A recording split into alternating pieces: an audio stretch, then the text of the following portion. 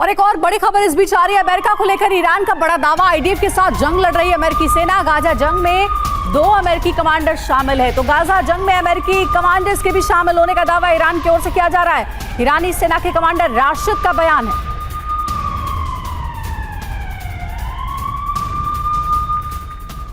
और इजराइल में अमेरिका के सबसे बड़े सीक्रेट ऑपरेशन की फाइल लीक हो चुकी है।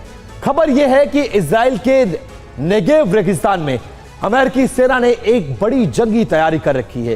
नेगेव रेगिस्तान में एक सीक्रेट सैन्य ठिकाना तैयार किया गया है। इसका कोड नेम है साइट 512।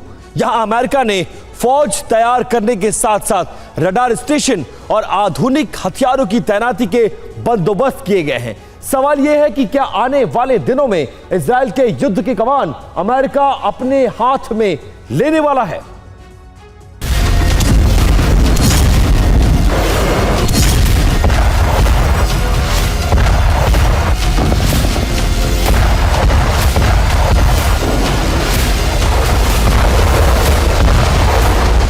सात अक्टूबर से अब तक शांति का एक भी संकेत नहीं मिला।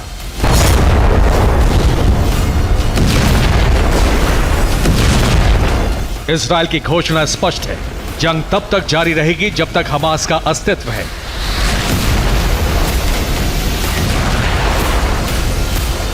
अगर जंग जारी रही तो इसका विस्तार भी तय है। अब तक युद्ध के जो समीकरण नजर आ रहे हैं उसमें जानकारी यही है कि इजराइल के सामने रूस, चीन और अरब के देशों ने प्रॉक्सी संगठनों को उतार दिया है।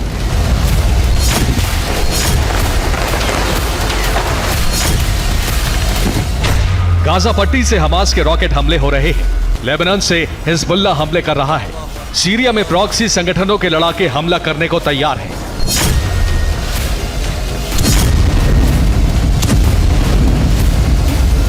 इजराइल अब तक के सबसे बड़े संकट की घड़ी में फंसता दिख रहा है, जब अरब संयुक्त तौर पर उसके खिलाफ है और रूस, चीन ने भी सबसे बड़े खतरे का अलार्म बजा दिया है।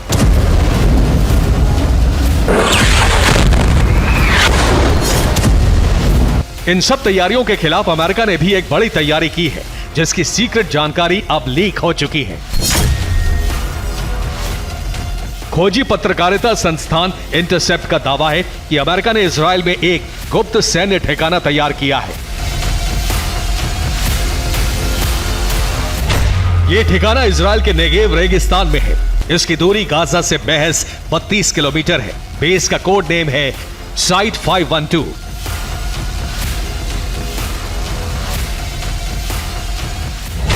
यहां अमेरिका ने रडार तैनात कर रखा है। यह रडार इजराइल की तरफ आने वाली मिसाइलों को ट्रेस करता है। 7 अक्टूबर को इस ठिकाने से कोई अलर्ट नहीं मिला। रिपोर्ट है कि इजरायली रेगिस्तान के इस ठिकाने पर अमेरिका ने बड़ी जंग की तैयारी कर रखी है। अमेरिका ने यह ठिकाना माउंट हार कैरेन पर बनाया है। जो बाइडेन ये बयान दे चुके हैं कि इजरायली युद्ध में अमेरिकी सेना नहीं उतरेगी, लेकिन खुफिया दस्तावेजों से संकेत मिले हैं कि अमेरिका बड़े युद्ध की तैयारी में है।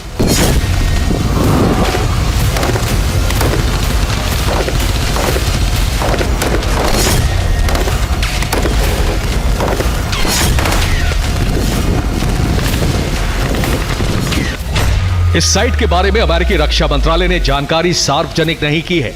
इस साइट के लिए 2 अगस्त 2023 को पेंटागन ने टेंडर जारी किया। 300 करोड़ रुपए में साइट को विकसित करने का टेंडर दिया गया। रिपोर्ट है कि यहां 1000 सैनिकों के रुकने की व्यवस्था है। इसको ईरान की मिड रेंज मिसाइलें इंटरसेप्ट करने के लिए बनाया गया है।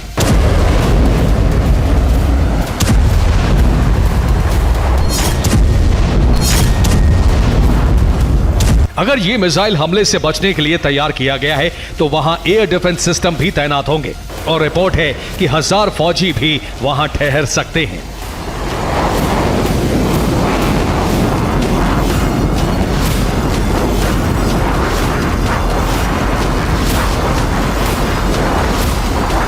संकेत साफ है कि अमेरिका इजराइल की तरफ से बड़े युद्ध की तैयारी पूरी कर चुका है।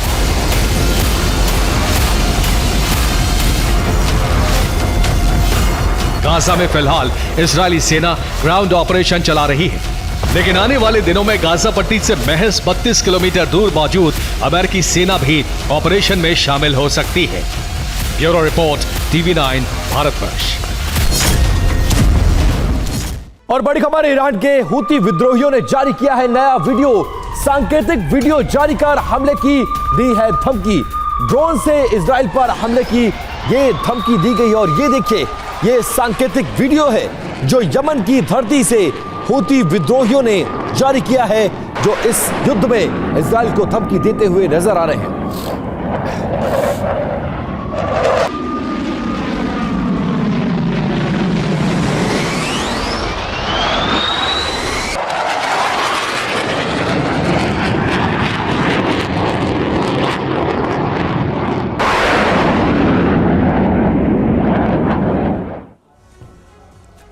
और एक तरफ इजराइल हमास से लड़ रहा है तो दूसरी तरफ हिजबुल्लाह से। अब इजराइल के लिए एक नई मुसीबत है यमन।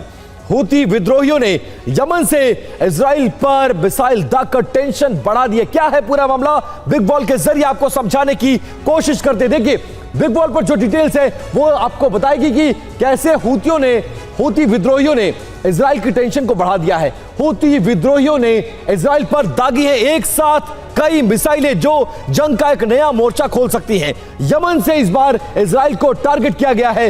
लाल सागर से इजराइल की तरफ से मिसाइल अटैक किया गया है, जिसके बाद इजराइल में दहशत का माहौल है। इजराइल ने हवा में ही हालांकि इन तमाम मिसाइलों को मार गिराने में सफलता हासिल की है। इस बार इस युद्ध में 26 दिन में पहली बार एरो एयर डिफेंस सिस्टम का इजराइल ने इस्तेमाल किया है, जो कि हूती विद्रोहियों का इजराइल पर यह तीसरी बार हमला माना जा रहा है। इससे पहले भी 2 बार हूती विद्रोहियों ने हमला किया था। इसके अलावा कुछ और जानकारी आपको देते चले। इजराइल हमास जंग के 26वें दिन इजराइल ने अपने ब्रह्मास्त्र को युद्ध भूमि में उतार दिया है। अब वो दुश्मन को उसके हर वार को तबाह कर इजराइल के लिए विजय अभियान को आगे बढ़ाने में सक्षम है। तो आइए जानते हैं कि इजराइल ने कैसे अपने सबसे घातक हथियार को जंग में उतार दिया है। ये देखिए, तो जंग में पहली बार इजराइल का यह ब्रह्मास्त्र देखने को मिला है। युद्ध में पहली बार एरो डिफेंस सिस्टम, यानी अब तक आयरन डोम था लेकिन उसके बाद एरो डिफेंस सिस्टम को भी एक्टिवेट कर दिया गया है। इजराइल की ओर से आ रही मिसाइलों को यह पूरी तरह से हवा में ही मार गिराने में सक्षम है। सतह से सतह पर मार करने वाली यह मिसाइल को तबाह करने में भी सक्षम है। लाल सागर से मिसाइल हूती विद्रोहियों ने दागी थी, जो कि इसी के जरिए निष्क्रिय की गई। इसके साथ साथ निशाने पर था इजराइल का दक्षिणी शहर इलियट था, जो उसको निशाना नहीं बना पाया। डिफेंस सिस्टम ने मिसाइल को इजराइल के बाहर तबाह किया। तो ये वो जानकारियां हैं जो इस युद्ध में नए नए समीकरण बना रही है, और इजराइल के लिए मुसीबत जो बना था उसमें इजराइल इसका सामना भी करता नजर आ रहा है। और आइए अब आपको बताते हैं कि कैसे इजराइल का एरो डिफेंस सिस्टम दुश्मन के लिए साक्षात विनाश है। आयरन डोम आयरन बीम से ज्यादा घातक ये बताया जाता है और हवा में मिसाइलों को नष्ट करने में सक्षम है। डिफेंस सिस्टम में एरो 3 मिसाइल शामिल है। इजराइल को हवाई हमले से बचाने का ये हथियार है। आसमान में किसी भी सैटेलाइट तबाह कर सकता है, और साल 2017 में इजरायली सेना में शामिल ये किया गया था। हमास और इजराइल के बीच अब बंधकों को लेकर प्रोपेगेंडा युद्ध शुरू हो चुका है। हमास ने बंधकों का एक नया वीडियो जारी किया है, जिसमें बंधक महिलाएं इस सारे फसाद के लिए नेतन्याहू को जिम्मेदार ठहरा रही हैं, जबकि इजराइल ने इसे हमास का नया षड्यंत्र करार दिया है। दूसरी तरफ इजराइल ने एक वीडियो जारी करके एक बंधक को छुड़ाने का दावा भी किया है। अब सवाल उठ रहा है कि दोनों में से कौन सही है और कौन गलत, या ये सिर्फ दबाव बनाने का एक नया हथकंडा है इस युद्ध में। रिपोर्ट देखिए।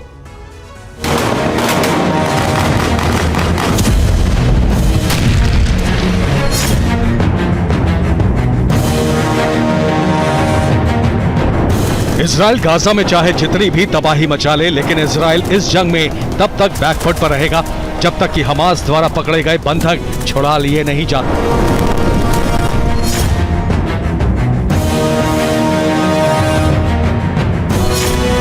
दूसरी तरफ हमास बंधकों को छोड़ने के लिए अभी तक तैयार नहीं हुआ है। हाँ, इतना जरूर है, बंधकों के वीडियो जारी करके इजरायली पीएम नेतन्याहू की धड़कनें जरूर बढ़ाता रहता है। ביבי נתניהו שלום, אנחנו נמצאים בשבי החמאס 23 ימים אתמול הייתה מסיבת עיתונאים עם משפחות החטופים. אנחנו יודעים שהייתה אמורה להיות הפסקת אש, היית אמור לשחרר את כולנו, התחייבת לשחרר את כולנו, ובמקום זה...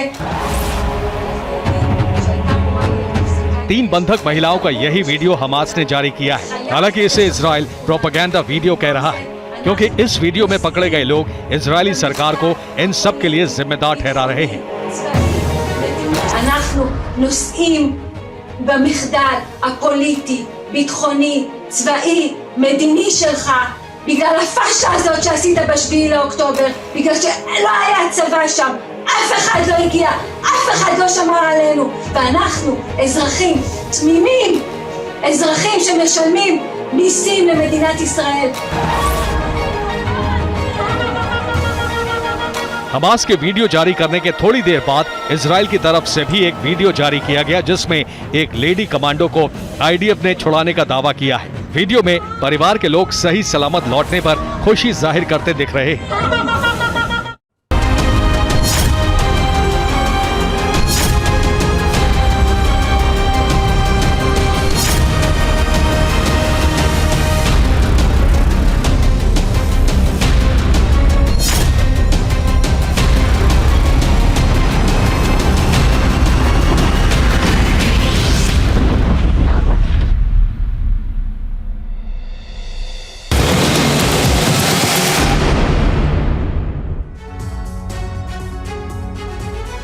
तो गाजा में नरसंहार। नमस्कार, आपके साथ मैं हूं सुरभि शर्मा, मेरे साथ है मेरे सहयोगी विपिन चौबे। वॉर जोन से आ रही तमाम बड़ी खबरों पर लेटेस्ट अपडेट के साथ होगा पूरा एनालिसिस, एक्सपर्ट्स के साथ होगी बात। लेकिन सीरिया में अमेरिकी बेस पर हुए हमले को लेकर इस वक्त एक सबसे बड़ी खबर आई है, जहां अल तन्फ सैन्य बेस पर मिसाइल अटैक हुआ है। आपको बता दें, अमेरिकी बेस पर ईरान समर्थकों ने हमले को अंजाम दिया है और इस हमले में अमेरिकी बेस पर नुकसान का दावा भी किया जा रहा है।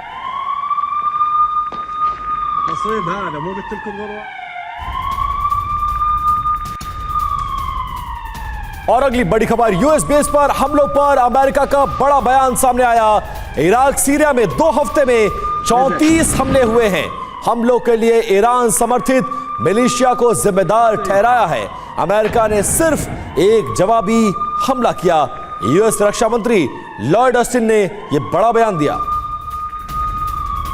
फिलिस्तीनी राजदूत ने यूएन में कहा, इजरायली हमले में गाजा की स्थिति खराब है। हमले में रोज सैकड़ों लोगों की मौत हो रही है। हर 5 मिनट में एक बच्चे की जान जा रही है। ये युद्ध हमारे बच्चों के खिलाफ है।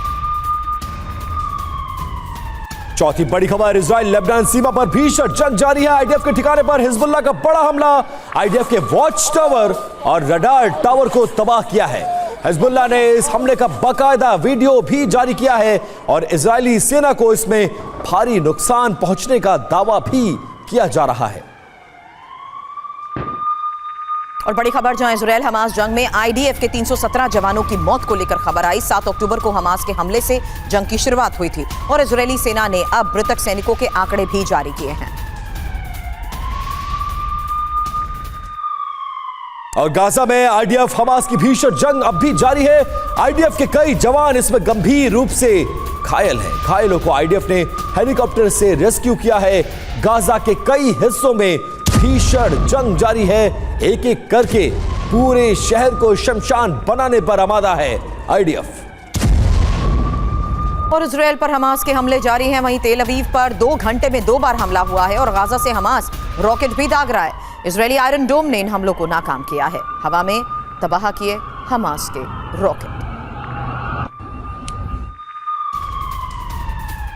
वहीं वेस्ट बैंक के जनिन में आईडीएफ ने हवाई हमला किया है। हमास के ठिकाने पर बारूदी वर्षा की है। हमले में कई हमास के ठिकाने और टनल्स भी तबाह हो गए हैं।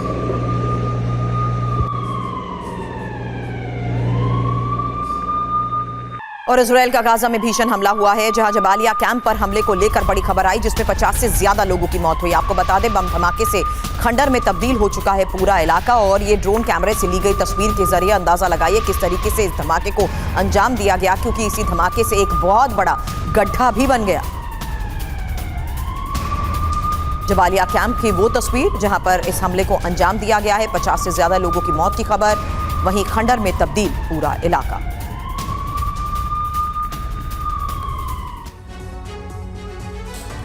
अब आपको गाजा के जबालिया कैंप हमले का वीडियो दिखाते हैं। कैसे इजराइल के हमले के बाद हर तरफ तबाही का मंजर नजर आया। इजराइल के लगातार एक के बाद एक 6 हमलों ने पूरे कैंप को दहला दिया। ये तस्वीरें गवाही हैं कैसे आधे किलोमीटर में फैला गाजा का सबसे बड़ा शरणार्थी शिविर खंडहर में तब्दील हो गया। अब आपको बताते हैं कि यह हमला कितना विध्वंसक है। कैसे आधे किलोमीटर में फैला गाजा का यह सबसे बड़ा शरणार्थी शिविर खंडहर सरीखे लग रहा है। 500 मीटर के इलाके में इजरायली सुरक्षा बलों ने 6 हवाई हमले किए। इन हमलों में 50 से ज्यादा लोगों की मौत हो गई, जबकि 150 से ज्यादा लोग घायल बता रहे हैं। हालांकि जबालिया कैंप में हमले पर आईडीएफ से खास बातचीत को लेकर भी खबर आई है। TV9 भारतवर्ष से हमले पर जानकारी साझा की गई। जबालिया हमले में हमास टॉप कमांडर के ढेर किए जाने का भी दावा किया जा रहा है। आपको बता दें 7 अक्टूबर के हमले में ये कमांडर शामिल बताया जा रहा है। अंडरग्राउंड टनल में हमास का कमांडर छिपा हुआ था।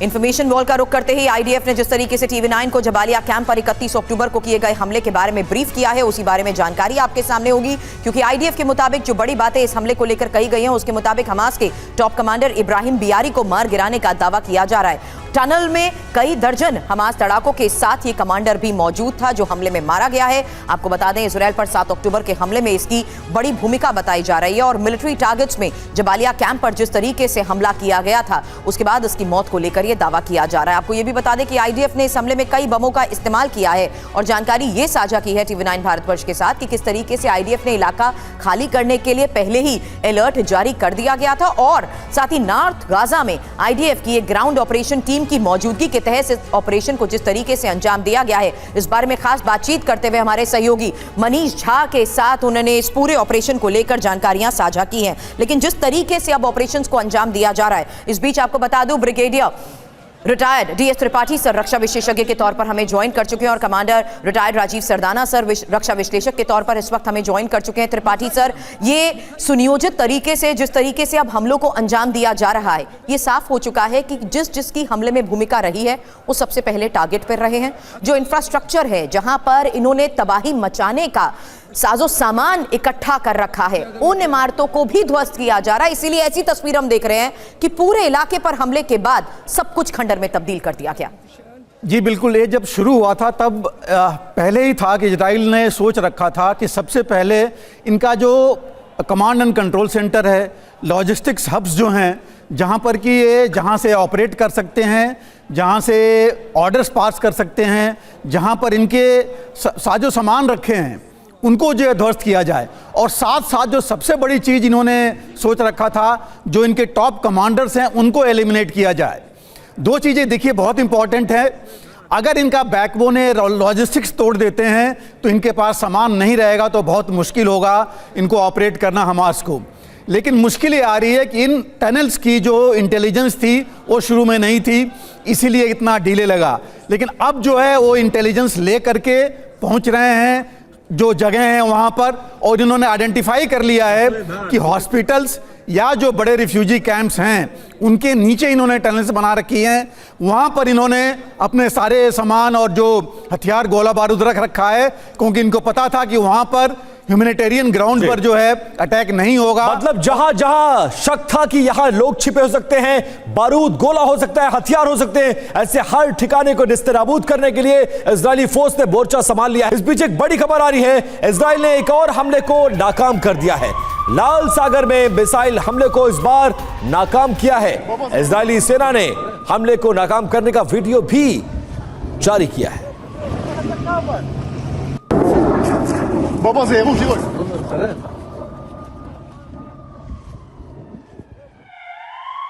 और जेरिन में आईडीएफ और फिलिस्तीनियों के बीच झड़प को लेकर भी खबर आई है, जहां आईडीएफ काफिले पर बॉम्ब से हमला हुआ।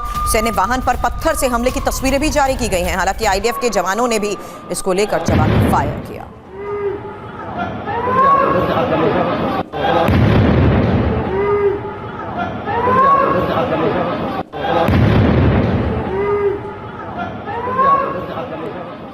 और देखिए बिग वॉल पर आपको कुछ वीडियोस दिखाते हैं जिसके जरिए आप समझने की कोशिश करिए कि हमास ने टॉर्पीडो मिसाइल का कैसे समंदर के रास्ते हमले की तैयारी की है। उसका वीडियो देखिए आपके सामने। पहले कुछ लोग इस टॉर्पीडो मिसाइल को लेकर समंदर के किनारे पर पहुंचते हैं, उसके बाद एक लड़ाका इसको पानी में लॉन्च करता है और जितनी भी वॉरशिप है समंदर में जो हमास के खात्मे के लिए समंदर में उसकी तरफ बढ़ेंगी, उसको ये नष्ट करने में पूरी तरह से सक्षम है। और माना जा रहा है कि इस वीडियो के बाद सख्ते में है इजराइल, क्योंकि अभी तक इसके बारे में कुछ भी सोचा समझा नहीं गया था और इसको लेकर शक यह है कि किसी दूसरे दुश्मन देश ने हमास को ये टॉर्पीडो मिसाइल उपलब्ध कराई है, जबकि हमास ने यह दावा कर दिया है कि इस टॉर्पीडो मिसाइल का निर्माण उसने, उसके लाखों ने, उसकी फोर्सेस ने हमास यानी गाजा पट्टी में ही किया है और उसको लॉन्च करके अपनी ताकत को दिखाया है।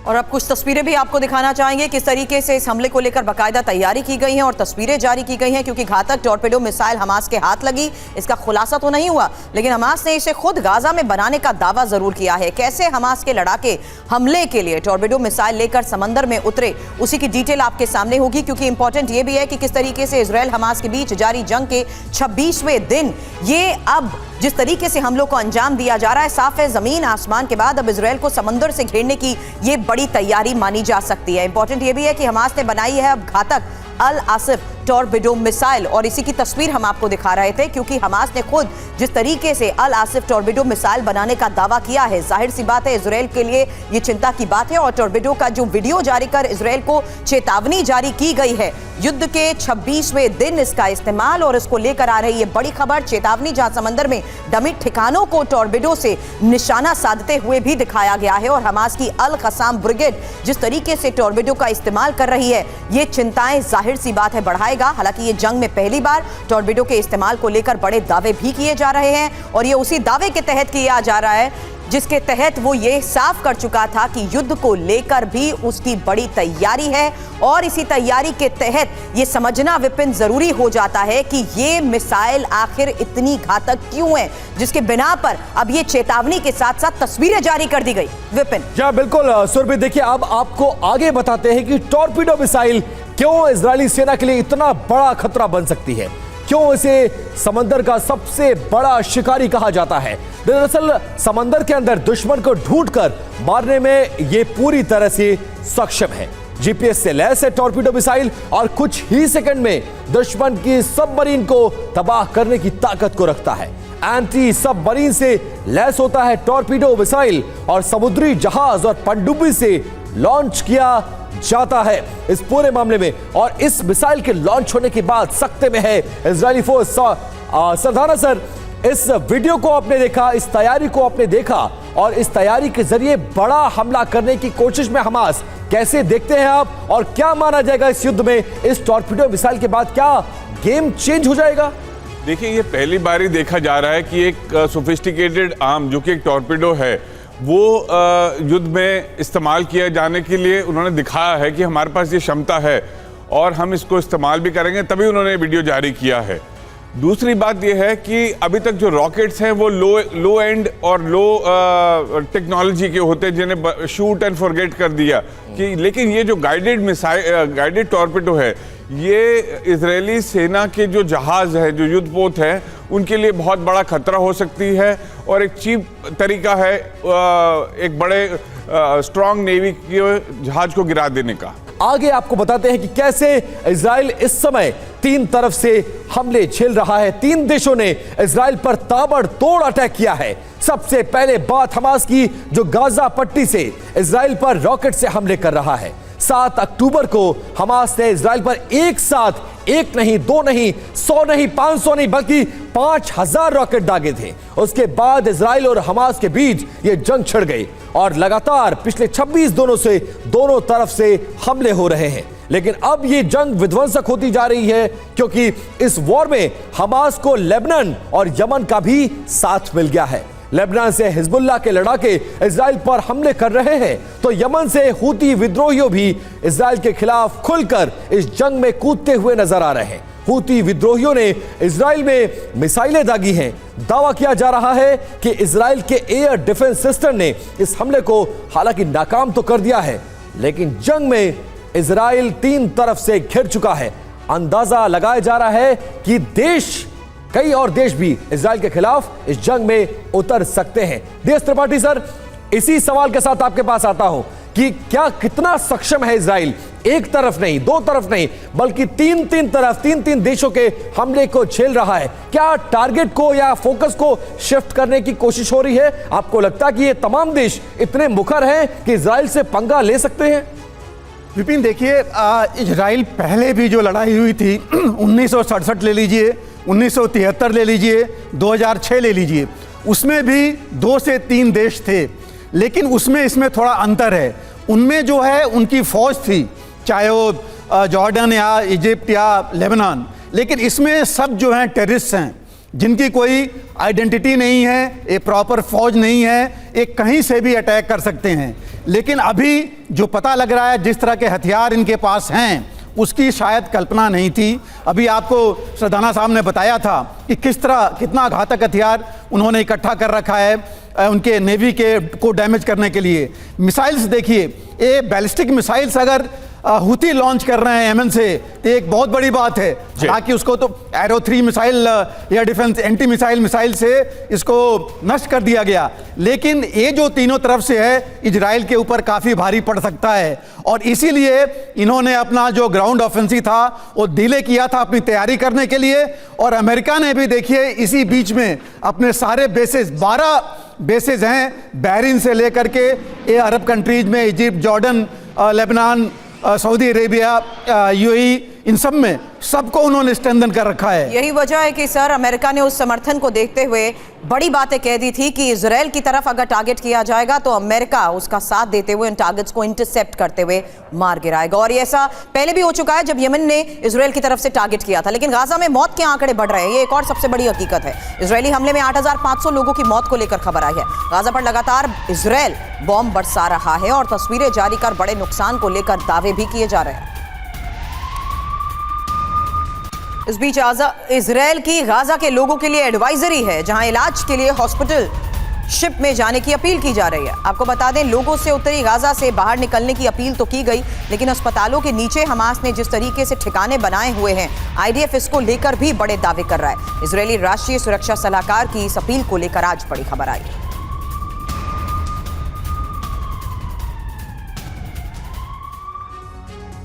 और न्यूयॉर्क टाइम्स की एक रिपोर्ट में क्या दावा किया गया है उसी को लेकर डिटेल आपके सामने कि इजरायली सेना उत्तर गाजा में 5 किलोमीटर अंदर तक एंट्री कर चुकी है। हालांकि हमास के ठिकानों को ध्वस्त करने की मंशा के तहत जिस तरीके से स्ट्रैटेजीज अपनाई गई हैं, बड़े दावे अब न्यूयॉर्क टाइम्स की तरफ से किए जा रहे हैं कि उत्तरी गाजा ने IDF के ग्राउंड ऑपरेशन को लेकर बड़े दावे हो रहे हैं कि 5 किलोमीटर अंदर इजरायली सेना शामिल होने में कामयाब रही है। इजरायली सेना हालांकि सावधानी से लगातार आगे बढ़ने की विपिन कोशिश कर रही है। बिल्कुल, और देखिए इजरायली सेना को हमास के हमले का डर सता रहा है। हमास के लड़ाके टनल के आसपास मौजूद हैं। हमास के जो लड़ाके हैं वो मलबे को ढाल बनाकर इस पूरे मामले में लड़ाई को लड़ सकते हैं। सरदाना सर, आप कैसे देखते हैं इस पूरे मामले को? टनल सबसे बड़ा हथियार है जिसकी बदौलत हमास के लड़ाके छोटे से इलाके में इजराइल जैसे बड़े मुल्क से भिड़ गए। ना सिर्फ भिड़े हैं बल्कि 26 दिन से इस युद्ध में बने हुए हैं।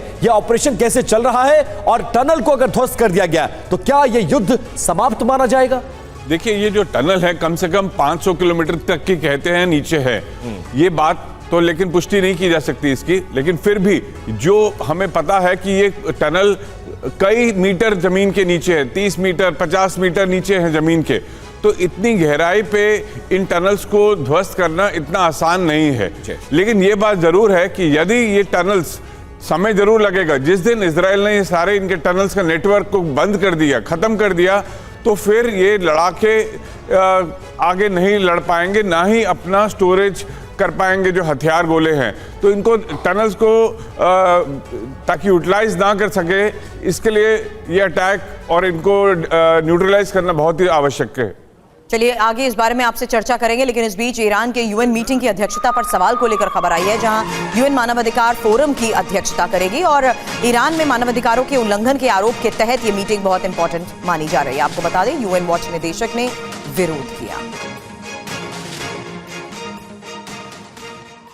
वहीं अमेरिका को लेकर ईरान की तरफ से किए गए बड़े दावे को लेकर भी खबर आई, जहां आईडीएफ के साथ जंग लड़ रही है अमेरिकी सेना। गाजा जंग में 2 अमेरिकी कमांड भी शामिल हैं और ईरानी सेना के कमांडर राशिद का इसको लेकर यह बड़ा बयान सामने आया है।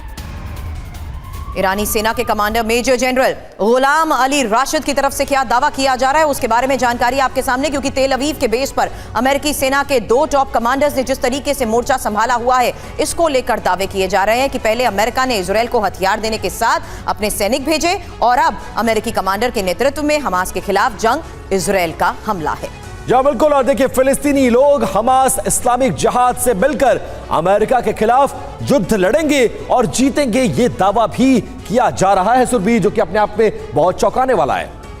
और अगली बड़ी खबर का रुख कर लेते हैं। अमेरिका को ईरान की सीधी धमकी और चेतावनी, मिडिल ईस्ट बेस तबाह कर देंगे जो अमेरिका ने बना रखा है, अमेरिकी बेस को हम नष्ट करके ही मानेंगे, ईरान ने यह धमकी दे दी है और इसके जरिए अमेरिका को चेतावनी भी देता हुआ नजर आया।